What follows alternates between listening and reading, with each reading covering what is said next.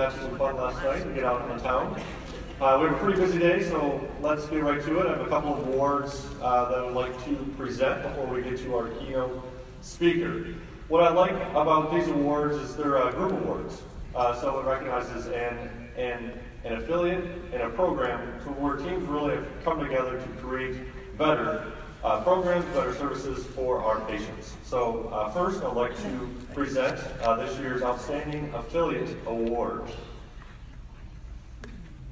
Just need to move to the slides. There we go.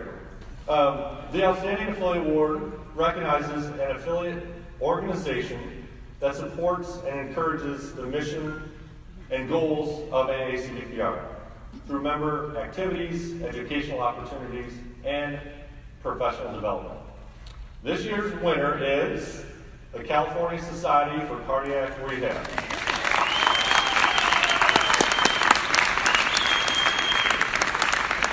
The CFCR is one of our joint affiliates with over 200 members. Over the last couple of years, they overhauled their digital footprint by creating a fresh new logo, by creating a new webpage, having an increased social media presence, and providing video education and meetings. They are a leader among our many different affiliates through communication and education. They have implemented an outreach program to non-certified programs, which we know is a very important thing. They have focused on their strategic planning, leadership, and forming new relationships with other organizations that support their mission. So please join me in congratulating CSCR on the 2018 Outstanding Affiliate Award.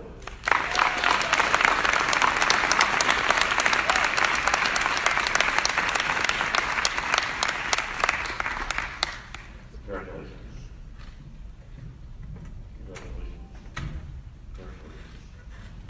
Drop something back. There you go.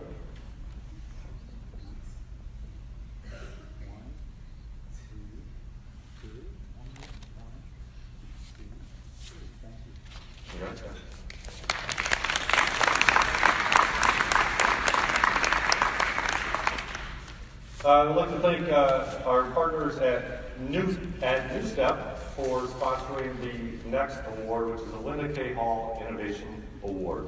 Let me tell you a couple things about Linda Hall. Linda was a phenomenal leader within this organization for many, many years. She was the 5th president of AACVPR. She served on pretty much probably every committee within AACVPR. Was an editor of News and Views, and it was a very accomplished and published author that really do support the work that you do every single day. It is our honor to really have an innovation award that recognizes what she did and really recognizes the innovations within cardiac and pulmonary rehab. So what this award is really to do is to really show what the enhanced delivery for our patients. And it's my honor to present this year's 2018 Linda K. Hall Innovation Award to the Iowa City VA Healthcare System's home-based cardiac rehab program. Their 12-week program was selected because it's a home-based model that provides cardiac rehab access to veterans in rural areas, and those facing barriers such as financial hardships, lack of transportation, employment obligations, or just availability of services. So in their program, they have created phone and video appointments, individualized exercise counseling, nutrition counseling, medication adherence programs, tobacco cessation, and stress management. I think we can all certainly agree that a program like this for our veterans, and really for programs that we can learn from, this year's awardees are definitely deserving of the Linda K. Hall Innovation Award. So I would like to present 2018 Linda K. Hall Innovation Award to the Iowa City VA Healthcare System.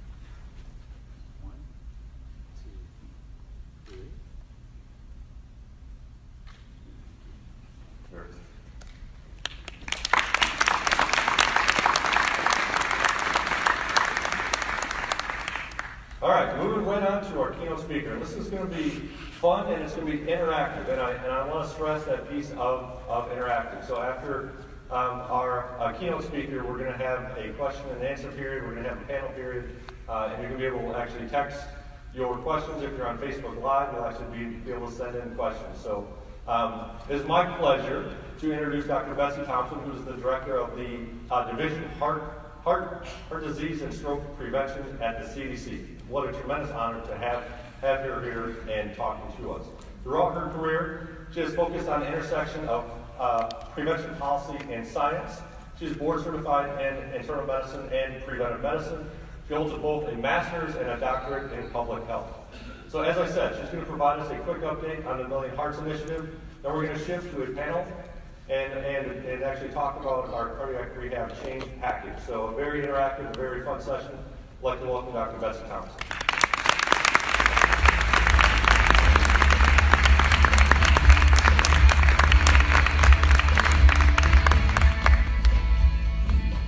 Good morning, and thank you. It's a real pleasure to be with those of you who are here in the room and those of you who are joining us on Facebook Live. I'm going to start by talking just a bit about heart disease and stroke in the United States and about our Million Hearts 2022 initiative before I get to the real meat of the conversation, which is focused on cardiac rehabilitation, of course, and most importantly, what we can all do to improve cardiac rehabilitation. As I talk, I would like you to keep the term value-based care in the back of your mind and reflect on how much of what I say pertains to your understanding, what that term means to you.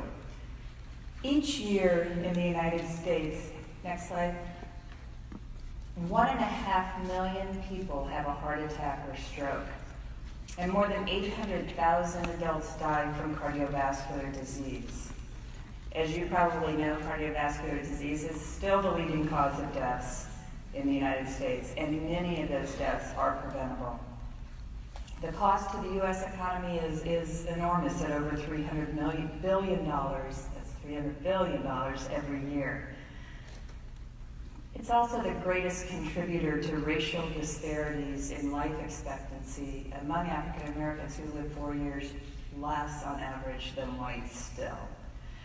And perhaps most alarmingly of all, after 40 years of steady improvement, the rates of decline in both heart disease and stroke deaths have recently slowed. Next slide. The next slide. These data are from a January 2017 article and demonstrate the decelerating rate of decline in the death rate for cardiovascular disease, which is in green, heart disease in blue, and stroke in red. We must focus on priorities and strategies to reverse this troubling trend, and you all will be happy to know that I now see the clicker that's in front of me, so I can use this. Recent national trends also show decelerating declines across the age spectrum, including adults under the age of 65. This map is a little busy, but it shows county-level % change in heart disease death rates among that age group. Red is bad, gray is good.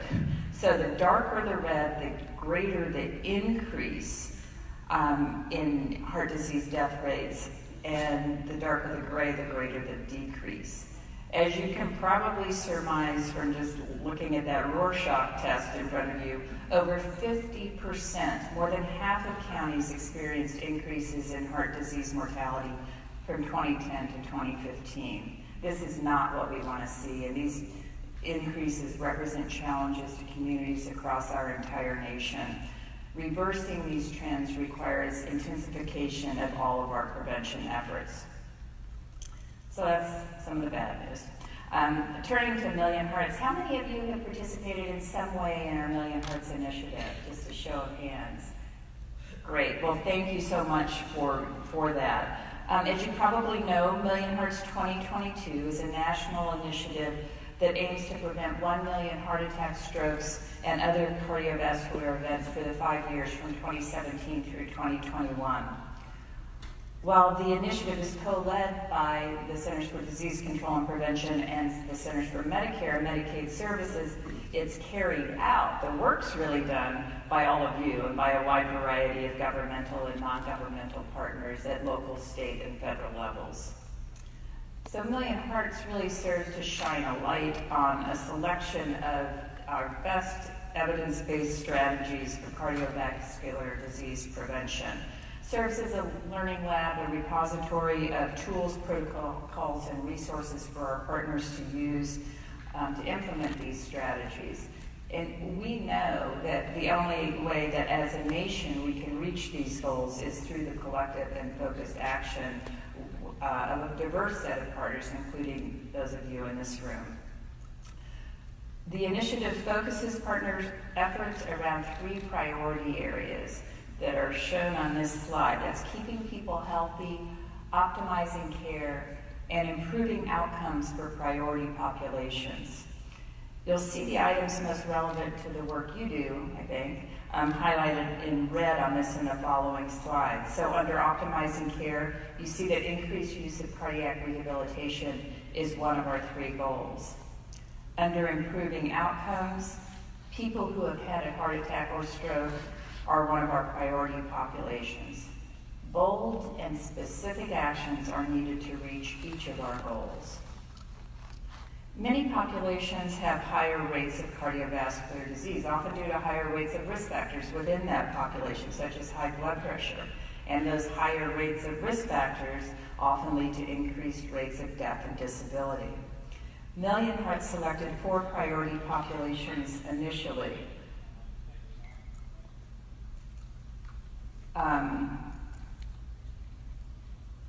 That's it. Okay. African Americans with hypertension, 35 to 64-year-olds, people who have had a heart attack or stroke, the folks that I think you're most likely interested in, and people with mental illness or substance use disorders who have high rates of tobacco use as well. In order to optimize care, Million Hearts 2022 partners are working to achieve our stated goal of 80% performance on key quality, clinical quality measures of cardiovascular care, that is the ABCS, aspirin use or other anticoagulants as indicated, blood pressure control, cholesterol management, and smoking cessation. But increasing cardiac rehabilitation is also a vital part of optimizing care. And we have set the target, I hope most of you know, for cardiac rehabilitation, the target has been set at an initiation rate of 70% among those eligible. Finally, helping people practice healthy habits starts in the community and is reinforced by clinicians and cardiac rehab teams who equip and empower patients to adopt heart-healthy behaviors. High-performing healthcare teams can reach these clinical targets by excelling in the use of care teams, leveraging technology. One of the examples would be e-referrals for cardiac rehabilitation, applying processes that ensure quality care, such as treatment protocols or proactive outreach to your cardiac rehab patients about their cardiovascular risk, and using family and patient supports. This graph shows how we're planning to get to those 1 million events prevented. It shows the estimated number of events prevented by each risk factor if the Million Heart 2022 goals are achieved. Reaching the goal set for cardiac rehab will further assure that we reach that goal of 1 million. In fact, it ought to help us knock the ball out of the park, because if you do the math, you'll see that we're already at 1 million before we add the cardiac rehab in. I'm not going to say much about this particular slide because many of you could lecture me about the benefits of cardiac rehabilitation. But I do want to emphasize that despite all that is known about the benefits to individuals as well as the benefits to health systems, still only 10 to 34% of eligible people in the United States participate in cardiac rehab.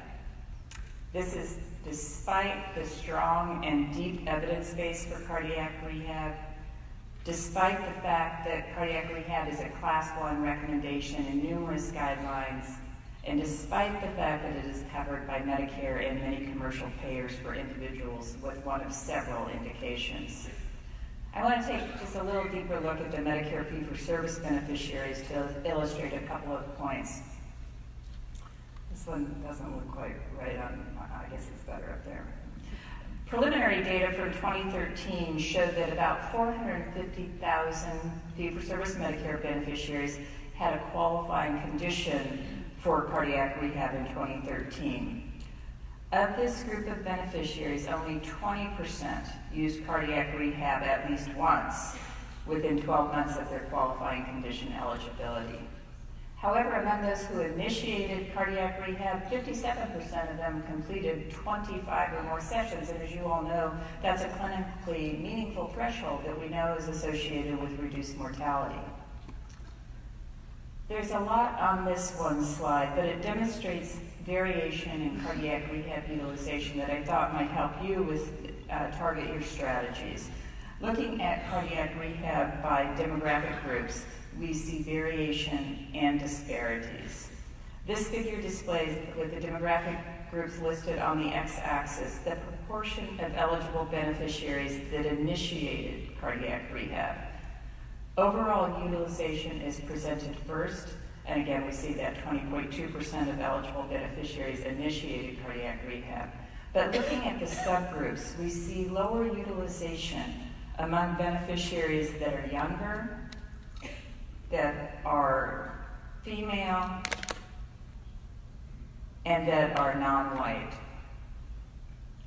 Turning to the percentage of beneficiaries who actually complete 25 or more sessions, we see that the majority, 57%, who initiate rehab complete 25 or more sessions.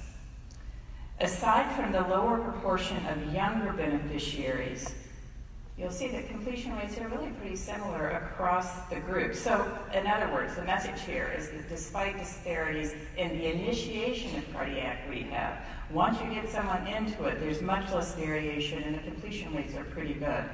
We need to increase initiation.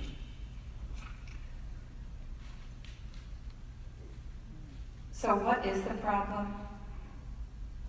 Despite strong evidence, this slide I didn't want in there still, okay. So despite strong evidence, going back to what is the problem, despite strong evidence showing the benefits of cardiac rehabilitation and the inclusion of cardiac rehabilitation in clinical guidelines, physician referrals still vary quite widely. They also vary by the qualifying diagnosis or procedure, with 81% of heart attack patients being referred, but only 10% of heart failure patients being referred. Evidence has shown that it is this physician-to-patient endorsement of cardiac rehabilitation that's the primary predictor of actually getting a patient to participate in cardiac rehab. Turning to the role of the hospital you happen to be in, though, this bar depicts the percent of hospitals on the y-axis reporting to the National Cardiovascular Data Registry by their cardiac rehabilitation referral rate on the x-axis. Overall, the referral rate's average of 60%. But again, there's extremely wide variation, with 13% of reporting hospitals over there on the left having 0% referral rate, 0. And about the same number, 14% of hospitals having 100% referral rate. This is adjusted for insurance type. Analysis of these data show that the hospital is the most important factor for predicting referral.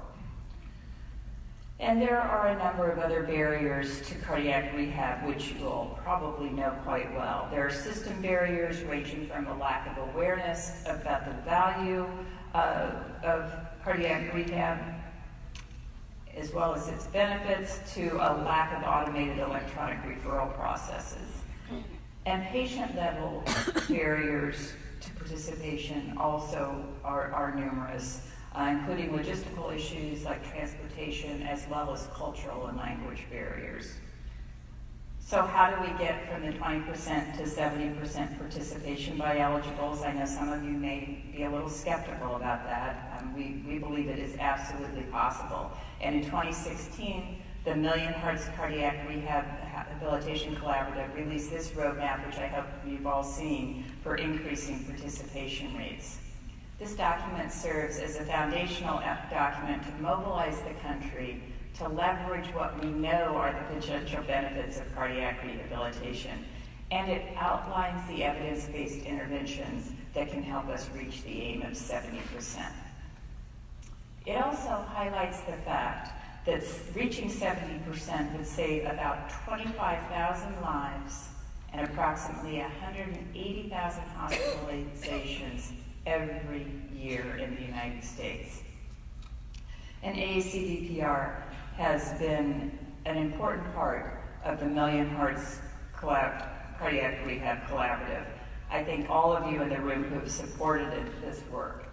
And for those of you who have not directly been involved, I suspect you have nonetheless strived to meet some of the objectives that were developed by the collaborative, whether it was by increasing awareness of the value of cardiac rehab whenever and wherever you can, or measuring, monitoring, and reporting on your own progress around cardiac rehab. But now I want to talk to you about the real reason I'm here today. Dirk, I'd love to hear a drum roll right now. You got one? Yeah. The CDC and AACVPR are extremely excited to tell you that right here, right now, the Million Hearts Cardiac Rehabilitation Change Package is being launched. You were on the front lines. Yay! You will each receive a copy of this, I believe, as you leave the auditorium this morning. CDC and AACVPR developed this to help cardiac rehabilitation programs, hospital quality improvement teams, and others achieve the goals of the collaborative. This package has evidence and practice-based strategies, complementary tools and resources, and other items to help improve rates of referral, enrollment, participation, and adherence. PDF and HTML versions of the tool are available now, or at least I was told they were, on the Million Hearts website. I do need to give a shout out to a couple of people who are in the room today, starting with those from CDC. Hillary Wall, stand up and wave. Haley Shaw, and Caitlin Rath, all of whom were instrumental, along with much of your AACVPR leadership and folks that you will be seeing momentarily up here on the stage. So what is in the change package? Well, I'm just going to give you a little preview because we're going to have the experts talking to us shortly. It organizes change concepts into 4 focus areas: systems change, referrals, enrollment and participation, and adherence. Like I said, I'm just going to give you a preview, but from a systems perspective, it really starts with making cardiac rehabilitation a priority. It makes everything so much simpler when you have engaged in supportive leadership, as I have had to learn over and over in my career. Turning to referrals, I'll go back to one of the important and relatively simple ways to quickly improve participation, which I've mentioned already. That's instituting opt-out rather than opt-in referral systems to automate the process. What about enrollment and participation? Well, scheduling that first cardiac rehab session prior to discharge improves not only enrollment, but the likelihood that the patient will actually make it to the first session. Several other strategies for enrollment and participation are outlined in the change package as well. When it comes to adherence, with cardiac rehab, as with almost everything else, we need to make the healthy choice to engage in cardiac rehab, in this case, an easier choice. I didn't say easy, I said easier. It's important to identify populations that you serve who are at lowest risk for engagement or initiation and implement strategies that are most likely to be effective, again, for your population. And that's going to mean different things in different places. But you need to know that you're not out there on your own. It takes all of us working together. And we will be there with you. I want to leave you with a bit of information about resources available through other CDC programs as well as on the Million Hearts Cardiac Rehab website. For the first time, our division, I'm proud to say this, the Division for Heart Disease and Stroke Prevention has included cardiac rehabilitation in a major funding announcement. As I said, you are not alone. In May of this year, CDC published a notice of funding opportunity to support novel approaches addressing evidence-based strategies aimed at prevention and control of both diabetes and cardiovascular disease, particularly in high-burden populations. And for the first time, one of the strategies focuses on exploring and testing innovative ways to enhance referral participation and adherence in cardiac rehabilitation programs. And the neat thing about this is it's both in traditional and community settings, including home-based settings. We don't know yet how many successful applicants chose to include cardiac rehabilitation, but we will be announcing those in the next few weeks. As far as Million Hearts resources, on our cardiac rehabilitation webpage, you will find the change package as well as a communications toolkit, an infographic that you can download and share, as well as videos and other resources. You can also embed this content on your own webpage by using the CDC's Public Health Media Library. So we encourage you to use these resources, but also share these tools and messages widely. Help us achieve a goal we set of reaching 5 million individuals with our messages by the end of this calendar year. I cannot end without expressing a deeply felt thanks to the leadership and staff of AACVPR and exemplar cardiac rehab programs that we relied on, and many of you are in this room, as well as giving another nod to Hillary Wall for her extraordinary leadership in identifying the need for this tool, her persistence, creativity, and attention to detail, and making it come to fruition before this conference, which was our goal. How many of you remember me asking you to reflect on value-based care 20 minutes ago? Good job. Even if you didn't, I also want to thank all of you for the work you do every day and your role in redefining our health system as one about value, not volume, about quality and not just quantity. When I reviewed your webpage on value-based care, this is what I found. Be accountable, be efficient, be strategic, utilize technology effectively, and improve the patient and practitioner experience. It is our sincere hope and belief that the change package will help you do all of those. And I want to mention, please stop by our CDC booth to learn more about how you can partner with Million Hearts and help more people access the benefits of cardiac rehabilitation. Thank you so much.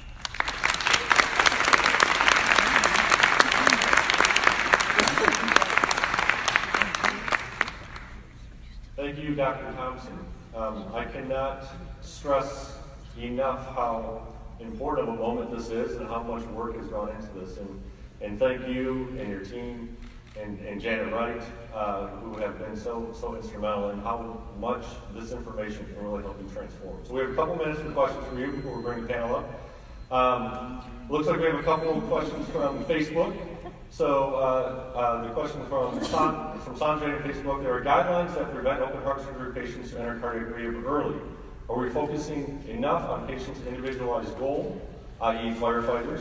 Is there any study out there that shows an adverse effect on starting cardiac rehab as soon as patients are discharged? Boy, we have other experts in the room on this one. It often does need to be individualized, and as you all know, some indications, qualifying conditions do require a waiting period that you can't, it's not always safe to start cardiac rehab immediately. So I hope and I expect that most of you do try to individualize your approach to each patient as is indicated. Not sure I can answer that any better. And we do have some good experts in this room that can probably answer that, and maybe we can follow up on Facebook and answer them. See if there's any others that came up. If not, I have a couple of questions for you. Given that the business case cannot easily be made, what is the CDC doing to engage hospitals in expanding the participation in cardiac rehab? Well, I would first take issue with the assumption that the business case can't be easily made. I think we need to work harder at that business case. And in fact, at CDC, I've only been in this position, just so you all know, for about 8 months now, I guess. But one thing that I know that we need to do is engage business in a more effective and more collaborative manner, not just around cardiac rehab, but around some of the things that really are feeders to that, like control of hypertension. So that is one of our key strategies over the next couple of years, is making the business case and engaging employers. Because as I just showed you, that 35 to 64-year-old, they're people. Those are workers and their families, and maybe soon to be their retirees in some case. But we really can make a strong business case that they have skin in the game, so to speak. I totally agree. One more question. We have just about a minute left. The CDC works with state and local departments of health. What is the role for them in improving cardiac rehab utilization? Well, that is part of what our funding announcement is. So most of our funding, we have over $100 million a year that goes out mostly to state health departments, but also to some local health departments, tribes, and the territories. And so that's why we made cardiac rehab one of the strategies they could focus on. Let's see how many take it up. I can promise you that if there aren't a lot, we will keep beating the drum for this and do what we can to get them more involved, because they absolutely do have a role in helping to spread the message, the importance of this, and helping us make it the norm and not the exception. Excellent. Well, with that, I would like you to join us on our panel. First of all, another thank you for Dr. Thompson. And I would like to invite our panel up. And as you can see on the screen, if you have questions, please text your questions into that number. Our leaders within AACVPR are going to outline a little bit more of the details of the change package. And so as you have a question about the change package and maybe what's in it, you'll hear a little bit more of those details. You can ask the panel. If you're on Facebook, certainly put in your questions on Facebook as well. So with that, I'm going to turn over to Dr. Brown to kick off the panel. So thank you very much, Tom, and thank you very much, Dr. Thompson, for just a wonderful lecture this morning. I'm going to introduce the panel in a minute, but I just wanted to make a few remarks before we got to that point. The first is I also wanted to share my thanks to Million Hearts, to Hillary's team, Hillary Wall's team at CDC. This has been, I cannot overstate, this has been a tremendous amount of work. We've put together a wonderful team that spent a lot of time, both CDC and AACVPR, volunteers and staff, to put this together. And this was really, it's a labor of love in many respects, but it was a tremendous amount of work. You will get a change package when you leave, but the important thing that I want to do is I want to challenge you today. This should not just be something that you pick up and it's a nice document that you take home and leave on your desk. If we're going to save lives, we're trying to save people's lives, what we're trying to do. If we're going to do that, you have to take this home and you have to do it. Okay, we need you to take the document. We need you to go to the website, because the document has the tables in there, but it doesn't. You can't, all the little tools that are there, you really can't link to from the paper document. So you have to go to the website and use the HTML version to hit the links and get access to the tools. There's no expectation that every program can implement every single one of these interventions. Okay, that's not reasonable. But you can look through the document, find the things that you want to target, and pick a few of these to try to target and increase your efficiency, increase how many patients can attend your program, et cetera, so that we can get this initiation rate up to the 70% goal that we need to get it to. So I really hope that you take this to heart, that you go home and really try to implement this. The CDC has a booth in our exhibit hall today that you can go to and actually look at the HTML version and see some of the links and how it works, so you can actually go and do a little bit of hands-on experimentation with it. And I really encourage you and hope that you will take advantage of that while you're here, and then go home and put this into work. So with that challenge, I'll introduce my colleagues who are going to give you a little bit more information about exactly what's in the change package. So we have Anna Mola, Kate Trainer, Karen Louie, and Amy Knight, who are going to be coming up in series to discuss this with you. And please send your questions in, because we'll have a discussion at the end. So thank you very much. Thank you, Mara. Good morning, all. Thank you so much for coming. I know it's early in the morning, and this is like the third day here, so thank you. So I'm going to talk a little bit about the system change. And first of all, I want to thank Dr. Randall Thomas, who was my collaborator on this. He was very insightful in many ways. So the system change really had like 3 sections, but the overall goal was to really give you information about aligning stakeholders and advocates and incorporating performance measures in your programs to be able to evaluate referral and enrollment. So some of the tools that we put in were how to identify a hospital champion, the types of champions, early adopters, innovators, how to recruit them, and how to support them in the system to really help them establish cardiac rehab as a system priority. The second change idea was really engaging the team at the bedside. So when the patient's hospitalized, how do we streamline seamlessly having the team know discharge planning process, and again, advocate for cardiac rehab referral, and encouraging the patient that enrollment will be very, very helpful for them to have health promotion and health lifestyle changes within the cardiac rehab program. And most importantly, but not least, we incorporated tools and resources on newly published manuscripts of lead author Dr. Benson Thompson in terms of the new AACVPR performance measures on cardiac rehab and enrollment, for you to have a better understanding the impact that performance measures can have on your program. So hopefully these three change ideas with additional tools and resources, and one of them is having that crucial conversation with physicians and hospital administrators and having them educated on the cardiac rehab science and the implications of that science in the health of the cardiac rehab patient. So thank you very much, and now I will hand over the mic to Kate Trainer. Thank you, Anna.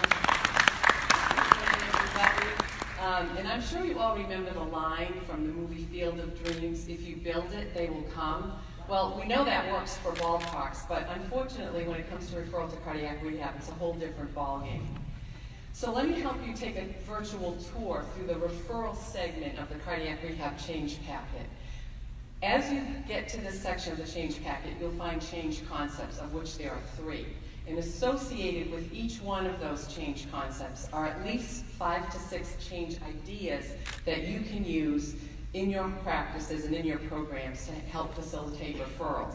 And there's, as along with each of those change ideas, are actual instruments that are utilized across the country by our colleagues, giving you some very creative strategies that you can consider. So I think that this is really a virtual networking option for you, that you have a plethora of information from your colleagues from across the country, and you can pick and choose what may work for you and adapt them to your own needs.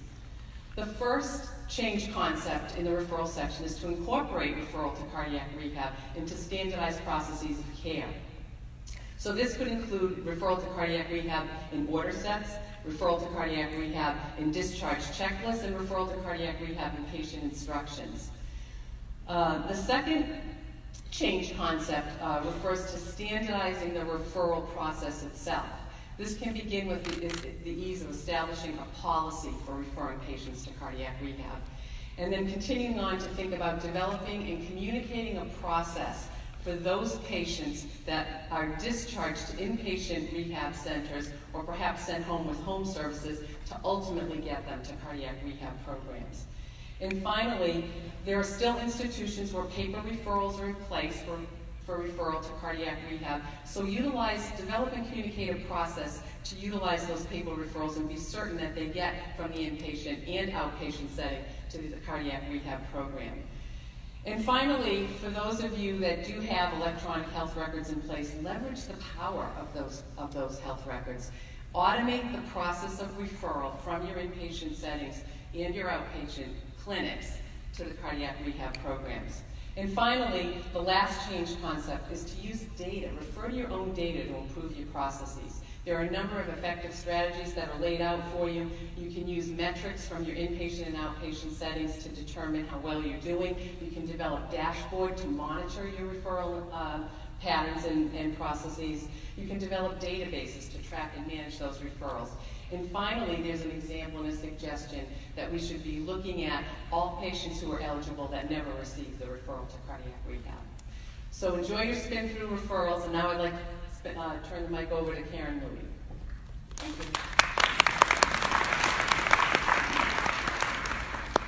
you. There are 8 concepts under enrollment and participation. These are for your program to really impact by changing how you deliver this service. It includes innovative ways to deliver patient education, enhance patient engagement, different ways to modify the program to better accommodate patient needs and patient preferences. That's customer service. What are you doing well in your program, and what can you do to better improve the delivery? Well, that requires a needs assessment to identify the gaps, particularly to this strategy. So you need to step back and measure those, and then take one of these concepts and say, we think we can really impact here because this is a large gap for us. From that, take the list of those change ideas under each concept and say, we think we can do this one together. Let's try it. In this document are also tools and resources that then you need to be familiar with that give you the evidence for why it's in there, the how to do it on the ground, and other programs that have done it successfully. So you've got the resources right there. So you start with, let's take the first one, use data. Jump ahead of me. I only have a minute left. Educating patients. That seems like a no-brainer, but it's what we, okay, you can flip. It's what we do well. Reduce the cost-sharing barriers. Maybe establish a philanthropic fund to help with those barriers. Next. Improve efficiency of enrollment. Group orientation, there's been a lot of talk about that here, and some are doing it very well, very effectively. Develop flexible models that better accommodate patient needs, like accelerated cardiac rehab, perhaps. Modify some program procedures based on clinical need, such as the use of ECG monitoring with exercise, blood pressure tracking, perhaps, and use clinician follow-up to bolster enrollment, like a non-enrollment letter to the cardiologist, remember the letter from the teacher and your kids. Great ideas in there that are working for others. Take those one at a time, don't overwhelm, but dig in and have fun with it. Your patients will appreciate it, they'll have a better program.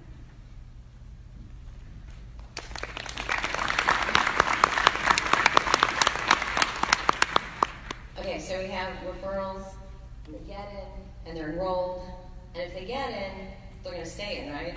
All of them, 36 sessions to completion, right? So adherence, we're good, all good.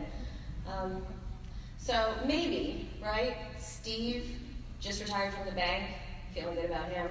How about Carol? Carol, lots of family support, feeling good about her. What about Chrissy cries a lot? That's going to be a long ITP. What about Susie Donuts? She's not going to get on that treadmill real easy. She doesn't want to do this. What about Smokey Jackson? He doesn't want to hear your smoking cessation appeal. And all the good old boys. We got Bubba, Daryl, Buddy. They're filling out surveys, right? I got 10 pages of data entry to do, and I already know you're wasting my time.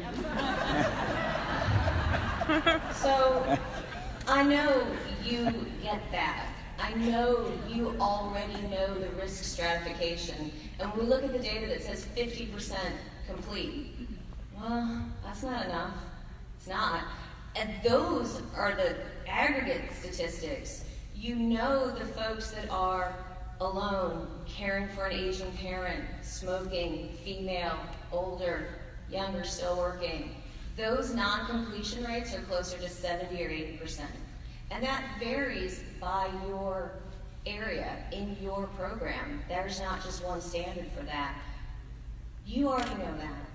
And so the opportunity for adherence here is to really look at how do you focus on the folks you know are high risk. You already know that. You're the expert. That's your clinical judgment. But we can measure that, and we can do better. So we can do a group orientation where Susie gets to know Chrissy, and they feel comfortable, because it's not just the Steves and Carols in the room. And we can set Chrissy up for a counseling session with a support group and other follow-up, like a psychologist or a counselor or a therapist. And we're going to get Susie Donuts into a mindful eating class so she can process not just what she's eating, but why she's eating. And Smokey smokes for a reason. He's pretty stressed, a little hostile, kind of angry. We'll get a stress management class for him. We have programs for these folks. And what about my good old boys? So we can save the buddies of the world, right? We were not feeling good about Buddy, but who knew? Finished 36 sessions, right? He's going to be my patient ambassador, and I'm enrolling him in that program so he can bring the other Daryls and Bubba's along. So I guess I just want to close with saying this value-based care proposition is the most basic piece of value-based care. You already know your value. You are already doing it. We just need to care for everybody, and these tools are in there to help you get started. You have ideas. You already know who you want to hit first. Do it. Thank you.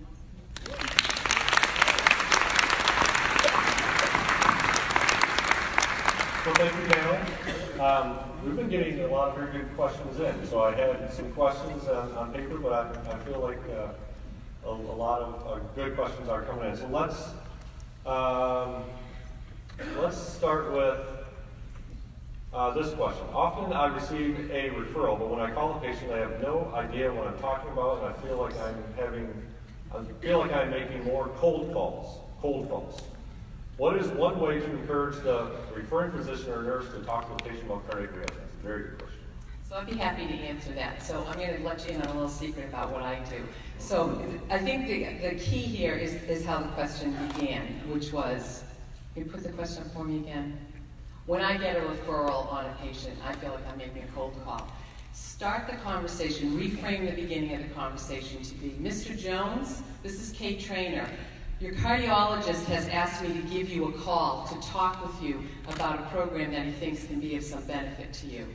If you've received the referral, it's a virtual handoff to you from that physician. I would seize that opportunity and let them know that that physician has communicated with you. That physician does want this patient in the program. And that will take, I hope, the sting of feeling like you're making a cold call and trying to sell somebody on a concept that they've not heard anything about. And encourage them to just touch base with their physician's office if they will, to be certain that, you know, the information that you're giving them is something that is intended for them. Excellent. Here's another question. How can best get MD buy-in for referral to cardiac rehab? So a little bit along the same lines, but really focusing on the physician. Dr. Brown, as a physician? Yeah, no, I think the best, use your medical director, so if your medical director hopefully is engaged, and you can use that individual to help communicate with his or her colleagues to try to get buy-in from the rest of the group that's going to be referring patients to you. Or you may need to go meet with some folks individually to try to get some buy-in and show them the data, make sure they're aware. Don't just assume that all cardiologists know what the benefits of cardiac rehabilitation are. I mean, they should know the benefits of cardiac rehabilitation, but they may not, or they may not. It may just not be top of mind for them.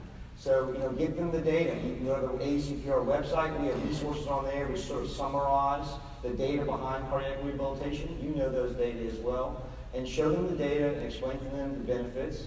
And I think you can be successful with that. Can I just add one thing to that, Todd? We don't have to tell you. You live this. You know this. Your patients are the best advocates. When those patients finish programs and tell you how eternally grateful they are to you for what they've been able to do and accomplish in the program, ask them to go back and tell their physician that. You have a few patients doing that. You're not going to have to worry about encouraging referrals to cardiac rehab. Physicians love to hear that their patients are happy and satisfied and doing well. I'd also like to weigh in just a little bit, not that I have any real expertise in this area, let me tell you, but all physicians have to receive continuing medical education every year, and even in rural communities, there's area health education centers that are funded to provide that CME, and many of you would be great speakers at a CME on cardiac rehab, and you could even bring a patient into that to drive the point home. So There's lots of ways. It's not all about educating physicians, but there's certainly some need for that. The other thing I would think is, as we're talking, that comes to mind is that, remember also the comprehensive sort of delivery of care that we're doing in cardiac rehabilitation, and you can talk to these physicians, say, look, we're going to spend time talking to them about medication adherence and nutrition counseling and psychosocial support and need for exercise. And physicians are busy, and those types of conversations in a 5 or 10 minute office visit are very, very difficult to have. And when you can say, look, we're part of a care team where we can do a lot of the very time-intensive work that will offload the work that you need to do and help streamline what you're doing and kind of help them understand what you're doing to help them. I think a lot of times physicians get worried that they're going to send my patient cardiac rehab. That means I'm just going to get a bunch of pages about their heart rate and their PVCs and that type of stuff. And you have to remind them of all the things that you're doing to offset their work and how the counseling and the support that you're giving the patients may actually offload the work they're going to be doing in the clinic. And so really try to emphasize that care team approach that we're doing in cardiac rehabilitation. And Tom, I'd like to also contribute to that. So I think data is very powerful. So I think when you're speaking to the care team, physicians and others, discharge planners, etc., you need to know the hospital readmission rates for myocardial infarction patients, heart failure patients, pneumonia patients, COPD patients, because we can help with that readmission hospital penalty. So really know your numbers and include that in your conversation with all the team members. Excellent. There's a couple questions on sort of scholarship and philanthropy. And then I want to give Nicole, who's doing this, the one on the cabbage 4-week wait, that will be my next question, because that follows up to the question I had earlier. But there's a question about, some people suggest that philanthropic or scholarship funds can be an enticement to bring patients into a program. Is that true? There are ways to set it up, and there are some samples in the change package that show you that it can be done, and that is work that you do with that department in your hospital. But it's being done legally, and there are ways not to do it. So it's just kind of how you design it. And there's stuff in the change package, so you can find that information out. So this is a good question that came in. There's a little bit to the follow-up now that we have a panel on here, which I think is a very good question. The question is, a place where we tend to lose patients is with the 4-week wait window for our cabbage patients, so similar to the earlier question. Is there any work being done to discredit the need to wait 4 weeks for patients, considering that as an excess physiologist, we are well aware of sterile precautions and how to keep our patients safe? How do you guys handle There's that? actually no 4-week wait for cabbage. Right. You may have some local... Give it a applause for that. That may call for some education and some political dialogue with the referring physicians, the surgical side and the medical side. The only delay is with our heart failure patients, and that's because of the initial criteria that CMS set up based on the heart failure action trial. But there's some rationale for that, so we can deal with that. With particularly heart failure patients, we'd love to get them in sooner, but you could start your education for free, getting them used to coming to your center and being comfortable there, so that when that point comes where you can actually officially start your cardiac rehab program, they're engaged and ready to go. Excellent. Another question on adherence and incentives. Is there any data that shows that incentives for patients for completing a certain amount of sessions, i.e. 12, 23, 36, helps improve adherence? Is there any data out there? Yeah, there is data, and there's some published data as well. So the change packet includes 2 different incentive models. One is a model where it's a gift giveaway, so a certain number of sessions, you get a water bottle or a t-shirt. There's another model that's in there that's published data that looks at titrating up. First session, $2, $4, additional sessions, up to $50 a session for a low-income participant to really improve adherence and compliance to complete the program. So that data is out there, and it is in the change package. Excellent. Here's an interesting question. To really prevent heart disease, what about funding highest risk prevention programs such as metabolic syndrome programs, where these patients are at the highest risk for an MI? That 65% of patients entering our cardiac rehab program have metabolic syndromes, or have metabolic syndrome, I'm reading that correctly. So what are, Do it. Start it. That's what your disease management center outpatient is for. Exactly those types of patients. Let's intervene sooner with our diabetics and the whole long list of chronic disease that we're dealing with our cardiac patients. In terms of funding, we're actually doing quite a bit through CDC in terms of primary prevention. We sort of slice and dice the body in a little funny ways, but within our chronic disease center, we have a division of diabetes translation and a division of nutrition, physical activity, and obesity, an office on smoking and health. So you've got tobacco, physical activity, nutrition, obesity, and diabetes, all funded pretty significantly. For much of that, again, is through state health departments, but not all of it. We do a lot through community health as well, especially in the nutrition, physical activity arena. The National Diabetes Prevention Program, I'm sure many of you have interfaced with them in some ways. Very important program that can really help tremendously with prevention of the need for cardiac rehab in the first place. So Tom, I just want to add a little bit to that question about the metabolic syndrome program. So absolutely the diabetes prevention program is an option and a reimbursable option at that. But there is always the possibility that you can consider self-pay programs. And you know, your model for secondary prevention works very well in a prevention setting and to help patients head off trouble of the past. And in providing something that's a self-pay option, they have a little skin in the game. So they're a little less reluctant to drop out of the program and not actually take full value or get full value in return for their investment. So I would totally encourage you to think about a self-pay option for patients that fit that metabolic syndrome program that don't meet actual eligibility criteria for cardiac rehab, because it can be an effective way to deliver the service to them. And they're very willing to pay for that. Excellent. Here's another question for the CDC. Can the CDC help with resources for psychological aspects of cardiac rehab, i.e. psych referrals in rural areas? Any work being done on that? Boy, it's not exactly where we tend to focus. Again, part of it's, we have a separate agency that deals with mental health and substance abuse. Not that there isn't a lot of overlap, and we try to coordinate. But with our very focused public health perspective, that's, Hillary, can you think of anything that is, I mean, certainly there are different issues that we're all aware of in rural communities, and access to care is different. So we have been pushing along with many others for more telehealth, more remote monitoring and help like that, and I know that's in the change package as well. Yeah, I would say telehealth is an opportunity to look at getting experts to folks without requiring a full clinic visit for psychological service or other kinds of counseling services. Potentially that's an easier telehealth bridge to cross.